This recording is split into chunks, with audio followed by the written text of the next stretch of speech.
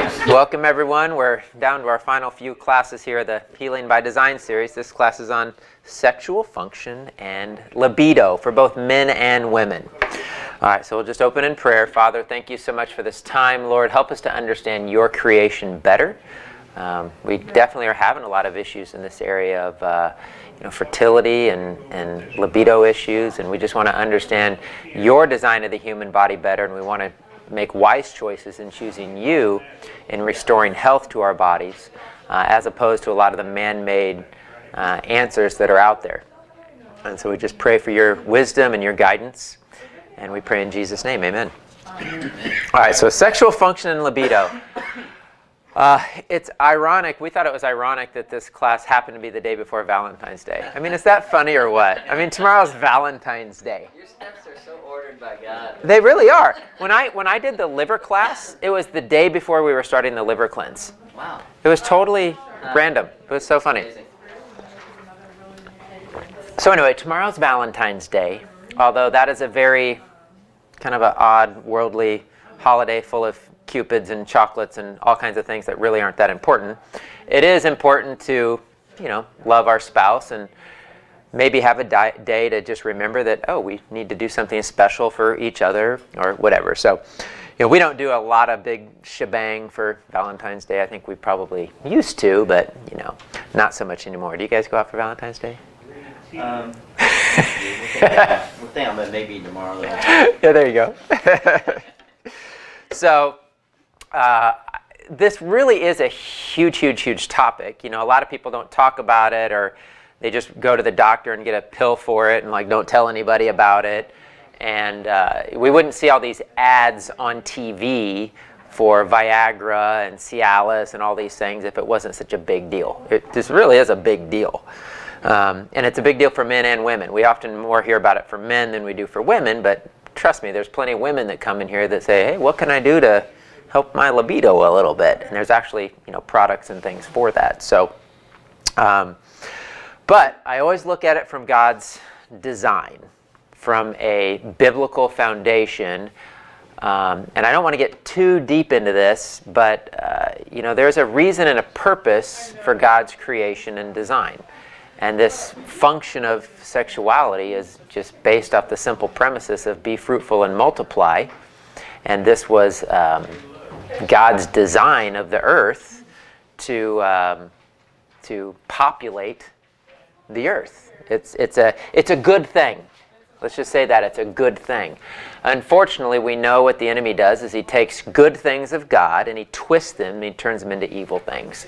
And nothing's probably been more perverted than sexuality, in our world, in our culture,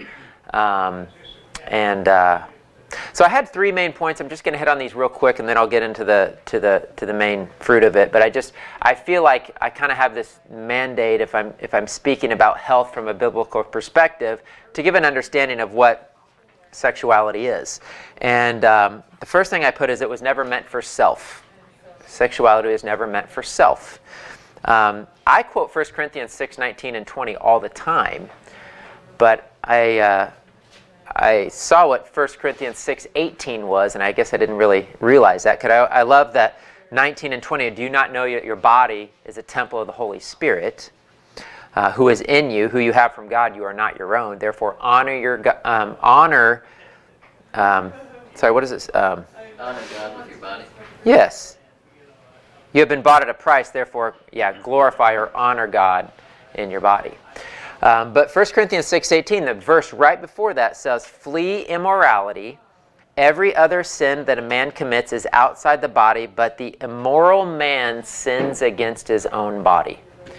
And if you think all the issues going on now with pornography and masturbation, and you can read all kinds of Christian articles about is it okay to masturbate. So there's some crazy stuff going on there about our lack of understanding about what God intended for sexuality. But it was never meant for self and for self-pleasure. It was meant to be experienced between one man and one woman and with God, right? It's a triune thing. It was never meant to be wasted. This is in Genesis. He went to his brother's wife. He wasted his seed on the ground in order not to give the offspring to his brother. What he did was displeasing in the sight of the Lord. And the Lord actually took his life for it. So it was never meant to be wasted. Seed was never meant to be wasted. It was meant to be, again, for the purpose of the creation of new life. And then I put the last thing is it was meant to be between a man and a woman. And for this reason, a man shall leave his father and his mother and be joined to his wife, and they shall become one flesh.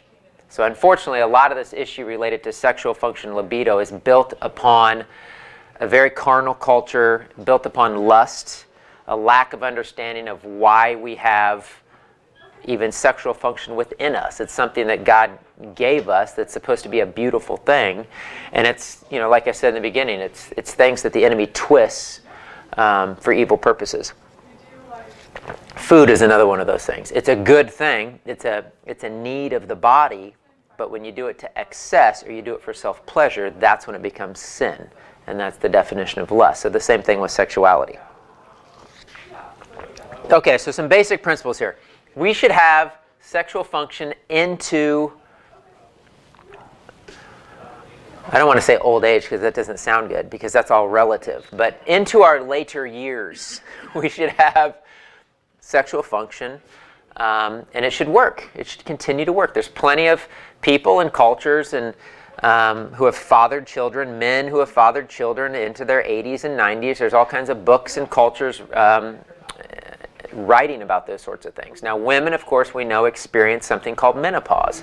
But I don't believe being able to have healthy children has as much to do with age as it has to do with the health of the body. And we talked about that more when we talked about like fertility and things like that. But it's only up until menopause when women can't technically have children anymore. But of course, our sexual function should continue to work well into our later years. So, what is killing sexual function and libido? That's kind of the main question. I believe in cause and effect. Talked about it 100 times, that there's always a reason things aren't working in the body. There's a reason something's not happening in the body. If God designed the body to be able to perform in this manner, again, hopefully, ideally doing it the right way, the God-ordained way, if it's not working, there's a reason. God didn't design the body just to fail or to not work properly. And so we have to figure out what the reason is, because this isn't just happening to men, say, in their 50s, 60s, 70s. This is happening to many young men and women in their 20s and 30s and 40s. And I pose the question here just out of curiosity, like, why do men seem to struggle with this more than women? Maybe women just don't talk about it as much. I don't know. I had a couple of theories. I'm just going to throw them out there. I'm not saying I have a perfect answer for this, but and what's interesting about it is women have the much more complex hormones than men. Women struggle more with hormone imbalances, with weight loss, with all kinds of different things. Men don't seem to struggle with any of those things. Men act like they're invincible. So why is it that men always seem to be the ones struggling with this issue of libido, and they're the ones taking all the drugs to help with their sexual function libido? I'm not going to say I have the perfect answer, but my opinion is that for the most part, men in our culture today have become pretty sedentary and apathetic. They don't care so much about their health. They're not concerned about taking care of their bodies, or at least they don't have any comprehension of that or what that means. I know that just because almost all of my clients are women. 90% of the people that come to see me for various health issues or whatever are women. It's not because women are unhealthier than men. Women live longer than men. It's because men just don't seem to have a great concern or understanding of the importance of health. And I don't know if that's a macho thing, it's a cultural thing.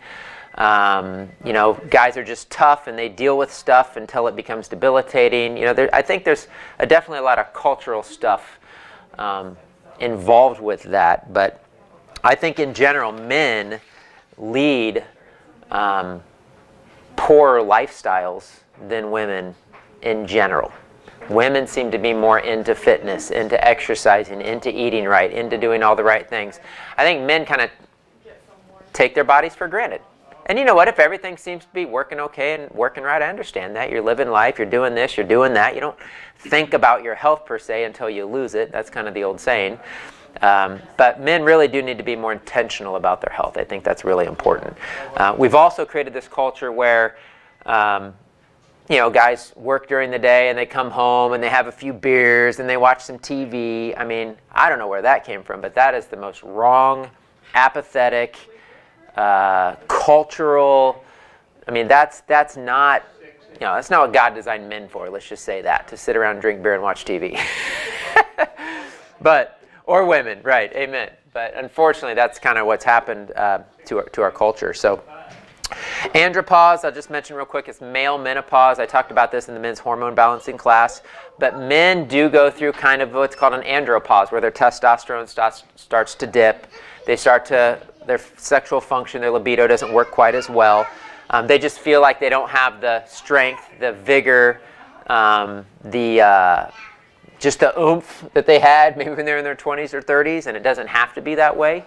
A lot of it's lifestyle choices. A lot of it could be diet, different things. But there's definitely ways to boost and increase testosterone. And so because this is about sexual function and libido for men and women, everything that we're going to talk about really applies to men and women. There are a couple specific herbs that are really known to be good for men, particularly for like testosterone.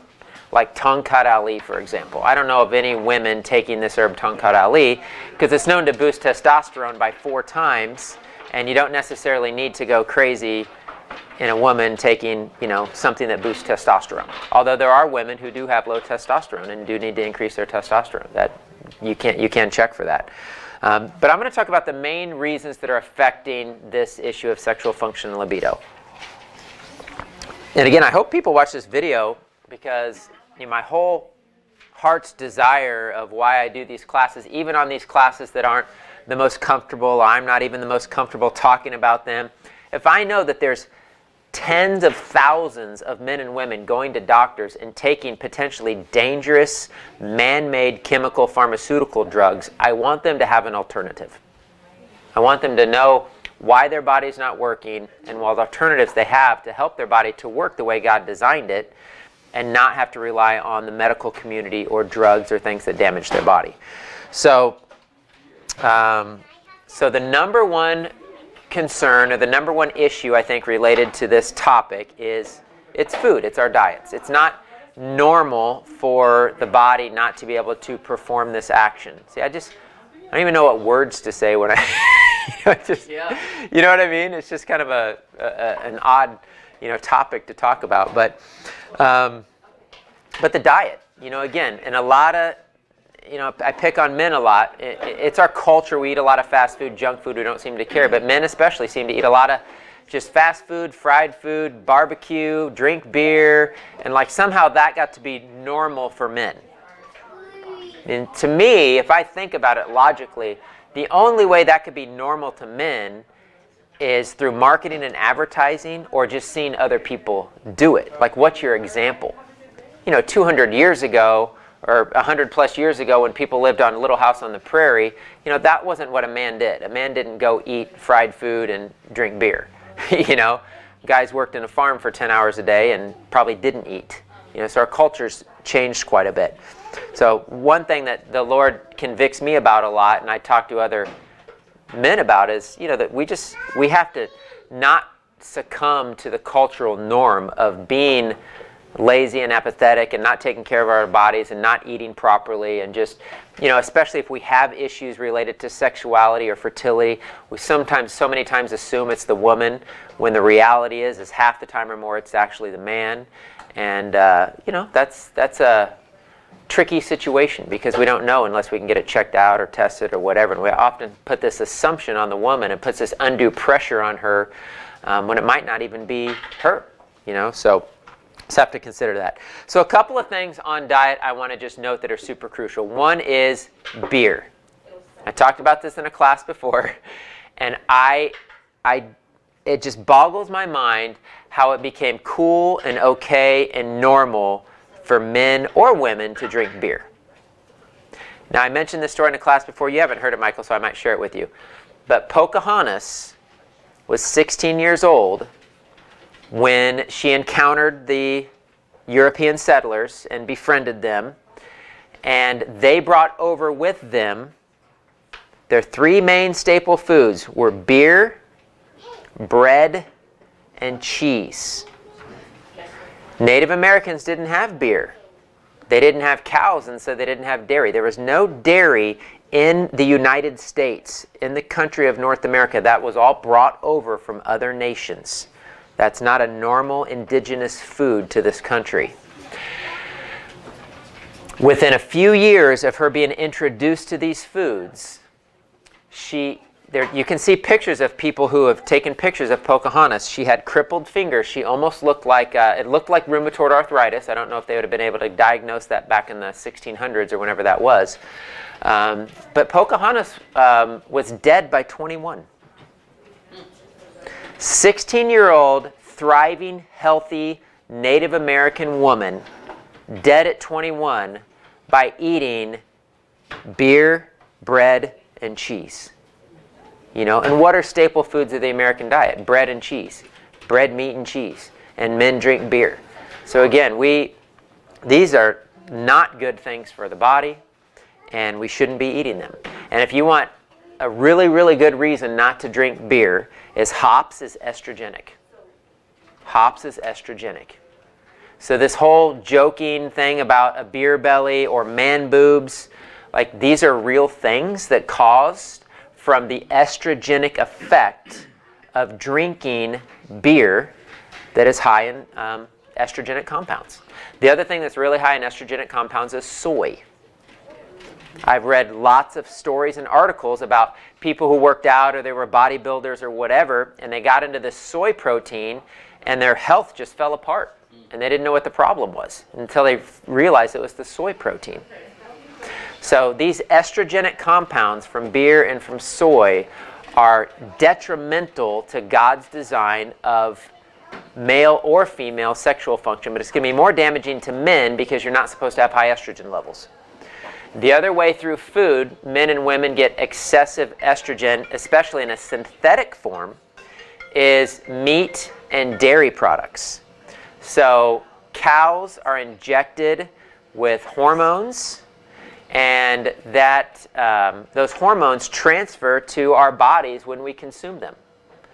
So if you eat meat and dairy products, you want to get antibiotic, hormone-free meat and dairy products. These are really detrimental, damaging things. Plastics are estrogenic. They're high in estrogen. Herbicides, pesticides. So I'm just talking about estrogenic compounds. I've mentioned this in class before. Although I do believe at the root of it is a heart issue, but babies being born with female tendencies and female characteristics, growing up confused about their sexuality. You know, we tend to, especially as Christians, be quick to say, oh, well, that's a choice. But you know what, these estrogenic effects that are happening to men makes them not understand who they are in feeling female tendencies. This is the destruction. I did a class called Purity of Seed, where I talked about how the enemy's goal is to destroy seed of mankind. And this is one of the ways he's doing it, is through these estrogenic compounds in our foods that are having people question their sexuality. Now, can God heal that? Can he redeem that? Can we repent even if our bodies are messed up? Of course. But we got to not be so quick to judge people who are homosexuals because they often might feel those tendencies because of the changes going on in their body because of what they've been introduced to. So anyway, I just want to mention that because I think it's important. All right, so the other thing is sugar, of course. Sugar will kill sexual function and libido. You want to have fertility issues, infertility, loss of sexual function, loss of blood flow to your genitalia. I mean, I've done so many classes on sugar and the destructive force of sugar. We only consume it because we like it. We just have to keep that perspective. If our goal is to honor God and our goal is to honor our bodies, then we should eat the foods God designed and He gave to us in the Garden of Eden. And He did not give us what we're eating and the amount we're eating. And sugar kills the human body. It destroys hormones. It destroys blood flow. And again, we just do it for self-pleasure. So cookies, candies, sweets, muffins, baked goods, all that stuff. Not that it's not okay to have it once in a while, but it will destroy the human body over time. And again, cause and effect. So if we're having issues with our sexual function, I think the biggest reason is diet. And alcohol a lot. I see a lot of men in their 50s who are losing their sexual function and also their testosterone levels and all that. They assume it's age. Trust me, there are plenty of men in their 60s and 70s that don't have these issues. So a lot of it is the choices of the things that we're putting in our body. So alcohol is probably the worst. Sugar's probably right there. All the synthetic estrogenic compounds, which is going to be soy and beer mainly. There's other ones, but those are the main two. And then, and those are called xenoestrogens, by the way, synthetic estrogens. That's the herbicides and the pesticides and all that stuff. They even have a name for these children that are born with both male and female tendencies. It's actually 1 out of 1,500 babies now. That's a lot, 1 out of 1,500 babies. They call it ambiguous genitalia, and they call them intersex babies. Yeah, isn't that crazy? Let's see. The third thing for sexual function and libido. So the first thing was food, nutrition. The second thing was the xenoestrogens, the synthetic estrogens. Third thing I put is lack of exercise. So lack of blood flow. So for men, testosterone dropping and a lack of blood flow are going to be the main issues. Because all Viagra and these drugs do is they increase blood flow to the genitalia. That's all they do. They just do it in a very forceful way that can be dangerous. But that's all they do, is they're just increasing blood flow. So clearly there's a circulation and blood flow issue. So if we ate better and we exercise more, this should never happen. But we don't eat well, we don't exercise, these issues happen, we go to the medical community and we get a drug to fix our problem.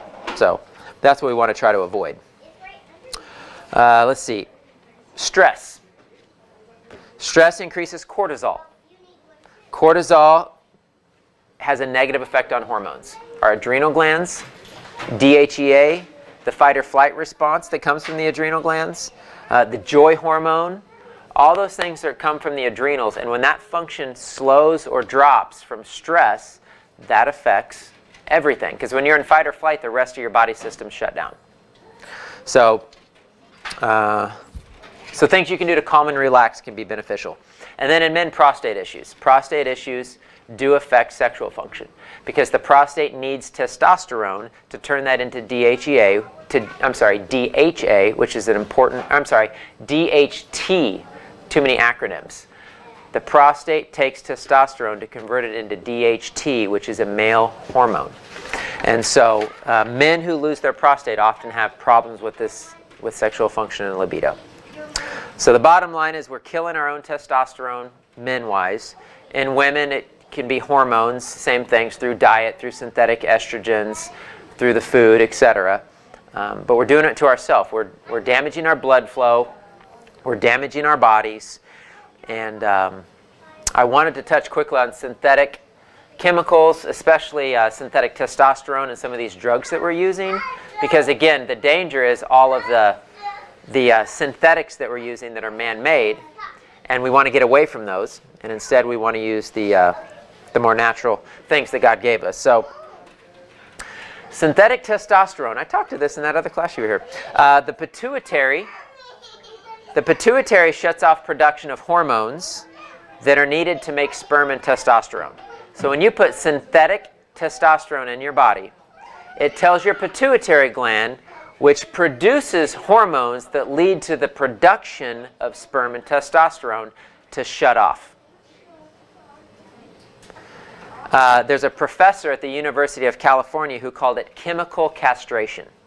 He said any man who takes synthetic testosterone is committing chemical castration because you're cutting off your own supply of testosterone.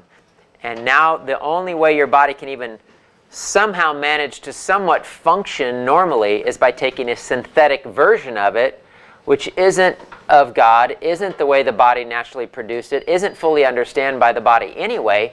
And if you ever stop taking that, your own body's just not going to work.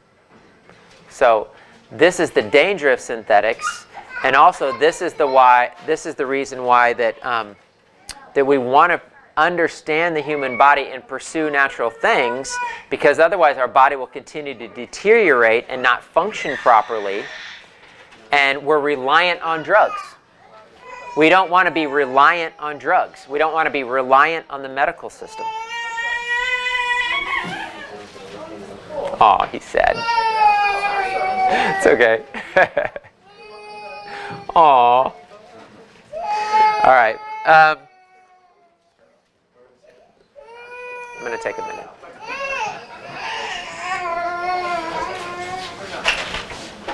Hey, how you doing, man? Good to see you.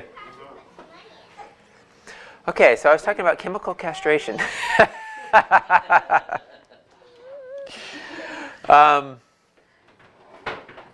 There's a huge black market for steroids. That increases cancer risk, prostate cancer, all these different things men are doing to try to compensate for their bodies not working the way God designed them to work. So again, we have to steward our bodies and help them to function properly the way God designed them to function. Otherwise, we become reliant on the medical system. That's kind of where I left off. We become reliant on a system that's designed for profit, that's designed to keep people addicted to drugs, to keep people reliant on these things for money. And my desire is that people would get off of the man-made system, get off of the man-made chemicals, and get back onto God's system. Because that system will fall, that system will crash, it will all come tumbling down. And if you're reliant on testosterone pills or asthma medication or whatever it is, it's not going to be available to you at some time. And so we don't want to be reliant on a man-made system. That's my desire. There's this whole erroneous concept I just want to mention real quick, that testosterone causes cancer. Have any of you guys heard that testosterone causes cancer? Okay. If a man has cancer, the doctors will be very quick to tell men to be careful with testosterone or things that increase testosterone, because testosterone causes cancer. I'm going to say something very logical, but that is ignorance by the medical community, because if testosterone causes cancer, you know what? We'd all be dead, right? We'd all be dead. Every man has testosterone, but they tell us, right? So they tell us that testosterone causes cancer, and here's why. This is why this cloud of confusion of this whole man-made system that never was necessary in the first place creates such confusion. Is man makes synthetic, chemical, coal tar-based, petroleum-based products that are not designed to go in the human body that will cause cancer. Every single pharmaceutical drug on the market is toxic to the human body. In order to patent it, it has to be a chemical compound that's patentable. You can't patent something natural. That's why there's this war against God and natural things, because you can't patent God. So, all those things are toxic. So when you're taking synthetic testosterone, yes, it increases your cancer rate because it's a synthetic man-made chemical. If you take deer antler or Tongkat Ali or something that naturally increases testosterone, you don't have to worry about that, because it's a natural thing. It's a natural thing that God produced. He knows how much you need, how much you don't need. It's not synthetic. The body understands it. The body knows what to do with it. If it's more than the body needs, it just gets rid of it. It's no big deal. It's this invention of all these chemical synthetic compounds that causes this confusion related to cancer. So I just wanted to say that, especially with this topic of sexual function and libido, because a lot of men believe that taking testosterone will cause them cancer. And I will say yes, if you're taking anything from a doctor, anything prescribed, anything pharmaceutical, anything synthetic. That's why we got to get away from this toxic system of man-made chemicals and drugs.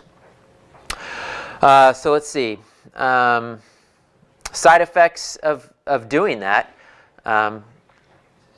Men stop producing sperm, infertility, shrinking testicles, prostate cancer risk increase.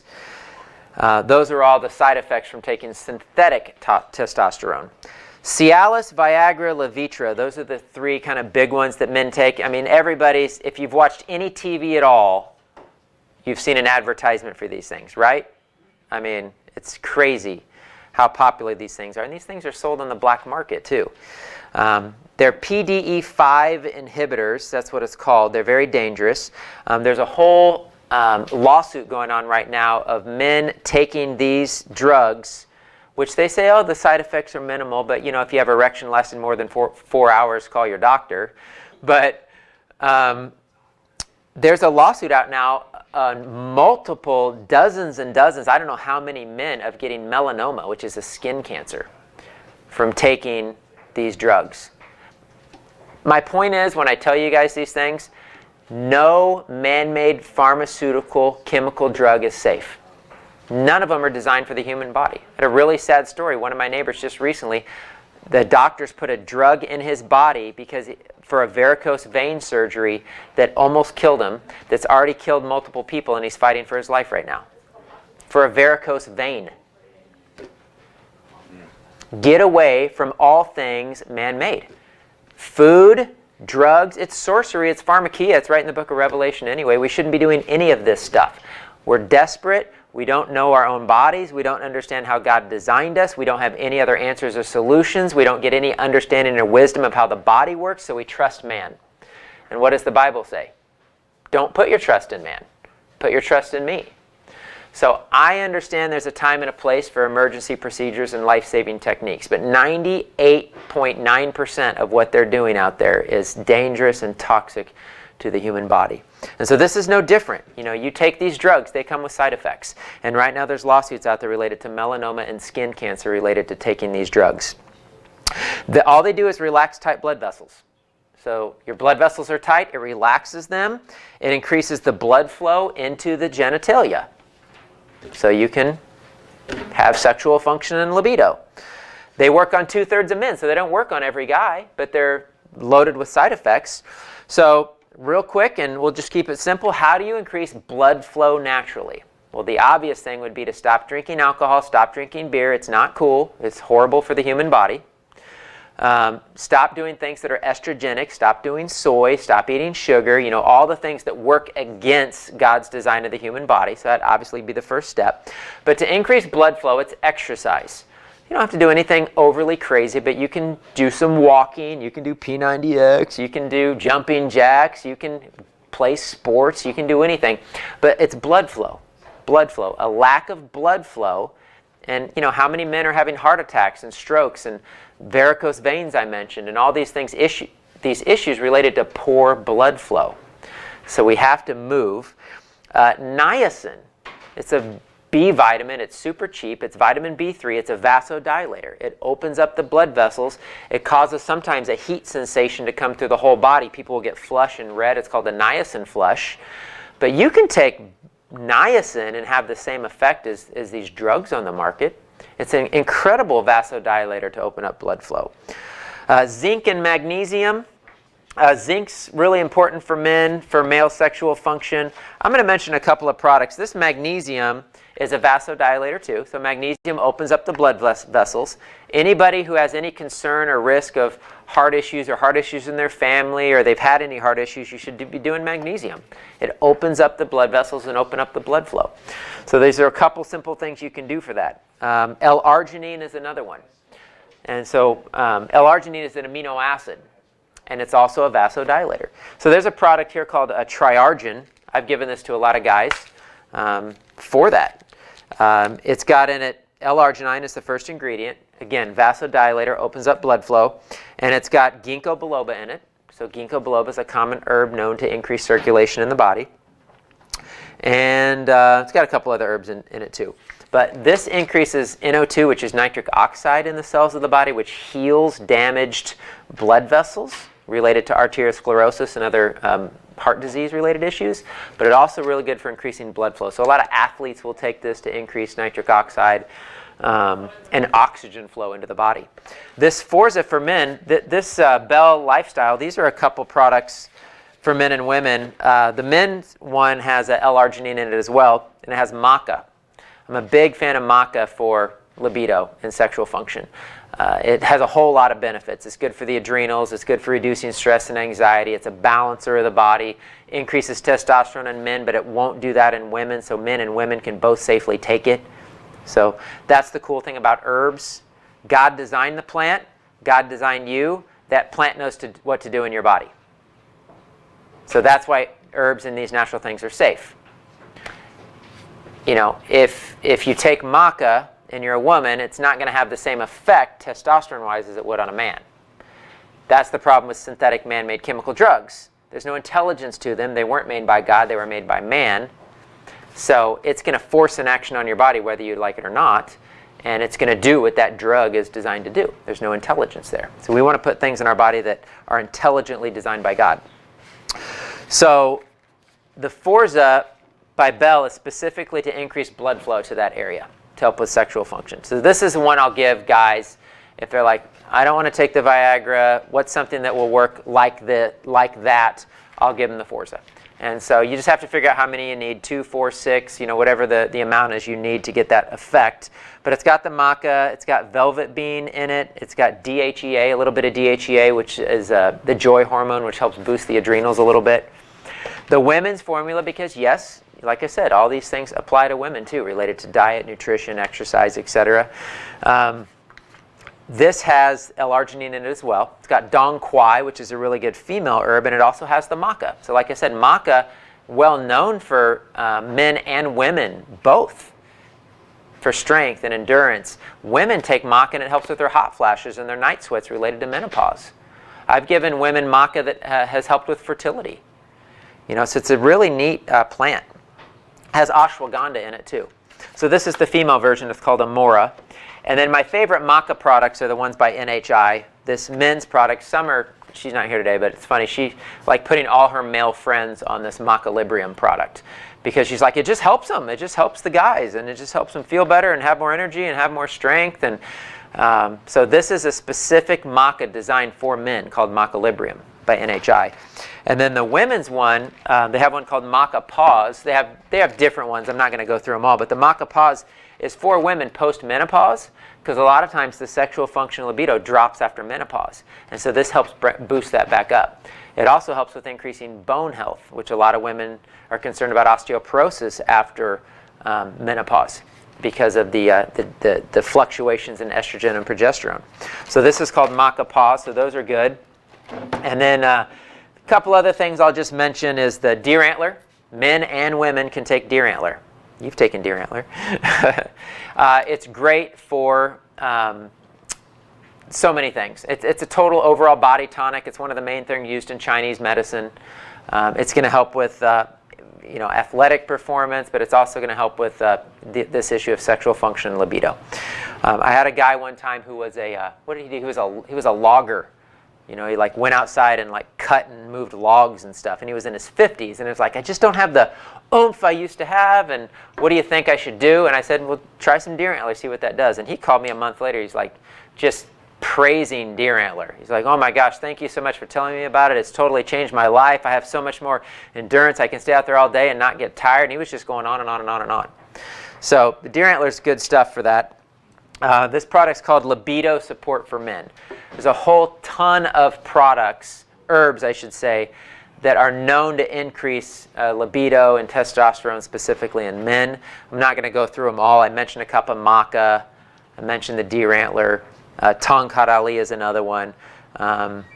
Muirapuama is another one. Epimedium. Epimedium is horny goatweed. You ever heard of horny goatweed? So the story goes that there was a farmer and he had some goats, and he noticed this particular goat, when he ate this particular plant, was excessively frisky. I mean, that's the true story. That's the story. I don't know. Who knows how much truth it is to these things. But anyway, they call it horny goatweed, and it really does, increase that function. And then raw forest food. They actually have a product called Aphrodisiac Elixir. And again, men or women could take this. It has, it's kind of hard to read, but it's got pine pollen in it. It's got some kava, deer antler. It's got the horny goat weed. Yeah, so it's a good blend too. It's a Raw Forest Foods aphrodisiac formula. So again, there's all kinds of things you can do to increase blood flow naturally. If you change your diet and exercise and get a little herbal support, no man or woman should need to take synthetic drugs to do that. And if you do that, again, know that there's a risk at any time you take a man-made synthetic chemical. I think I mentioned them all. And then minerals was the other thing I mentioned, zinc and copper. Zinc and copper are really important for the immune system, for men's health, for prostate health, for heart health. So zinc and copper, a couple other things. You can get through just a basic multi-mineral, we call it a multivitamin, but I call it a multivitamin mineral type of supplement or product. And then increasing sperm count and testosterone. There's a product called MitoSynergy that we use for that increases mitochondrial function at the cellular level, which increases antioxidants in the body, which helps the body heal and cleanse and do all these kind of great things. And that's got copper and zinc in it both. So that's a really cool product that combines those two things. So that was the basics of it. Let me see if I missed anything on the top 10 list. Increase blood flow naturally. Oh, I marked get checked. So you can do hormone testing. You can do saliva testing to check your steroid hormones. I've had men check their testosterone levels. Let me share this because I think it's important in case anybody doesn't know this.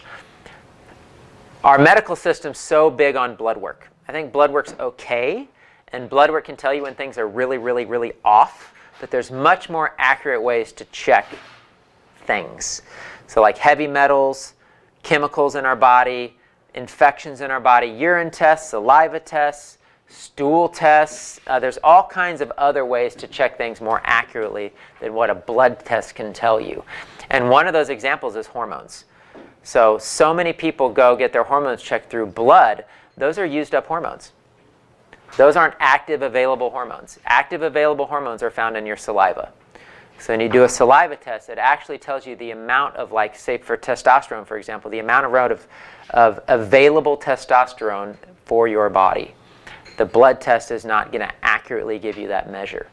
And so you can do a saliva test to check all your steroid hormones: estrogen, progesterone, DHEA, cortisol, and testosterone. So that's probably the best way to check those. Yeah, and then the last thing, number 10, I put is just reiterating, it's not about age. It's about choice. It's about lifestyle. What's hardest for me, I think, is my realization of how wrongly led astray we have been by our culture, by companies, by the food industry, by the medical industry, by the pharmaceutical industry. We've been so led astray, and all these problems. Like, it's kind of heartbreaking to see all these problems happening in our culture, and especially to our children, and just seeing how deceived we've been. And so. Anyway, I guess the bottom line is what does it take for us to wake up? What does it take for us to choose out of a culture of just the lies and the deception? What does it take as women and as men? A lot of times I talk to the men to actually turn away from the apathetic life of just pleasing ourselves related to sexual immorality. I mean, pornography is a huge issue in the church, huge issue. To self-pleasing ourselves with food. These are all lustful habits. The body, I mean, if anybody's done any fasting, you don't need a lot of food to function and survive. So as soon as you start overdoing it and eating excessively, you're into self. It's the self-focused, if you look at the definition of lust, it's actually doing something that's a good function excessively. Anything you do that's a good normal function that's done excessively fits that definition of lust. And so we have to have the Lord convict us, if we're going to be molded into His image and turn away from all this selfish carnal pleasures and getting away from food and food idolatry and food addiction and sexual immorality and sexual addiction. So I'm saying this in this class of sexual function and libido because I really want people to do it the right way. I haven't. the majority of my life in all of these areas we're talking about. I mean, I don't get up here and talk about this stuff because it's fun and because it's comfortable. I get up and talk about this stuff because I feel like it's what the Lord wants me to do. And He certainly takes the most broken people and attempts to turn them into something beautiful, because I am definitely a broken person. And all these issues I talk about related to food addiction and sexual immorality and all these things, I struggled with all of it. All of it. And I'm fighting for it. I'm fighting for purity and holiness and righteousness and all of those things. And so I just want people to do it right. I don't want people running to the doctor because they've abused their bodies aren't working. Oh, I'm just going to take a drug, and it's all a big joke, and it's such a carnal culture. And we just really need to change our mindset and our hearts to pursue God and doing these things the right way. But either way, regardless, I really want people to get off the drugs. I really want people not to take synthetic testosterone. Women taking HRT, hormone replacement therapy, the deception of bioidentical hormones, that's all a deception. And none of that is how God designed your body to work. There's a reason it's not functioning properly, and it's because we've chosen the carnality of a culture based on man-made wisdom. And we got to turn back to God and His ways. So, amen. I'll end there.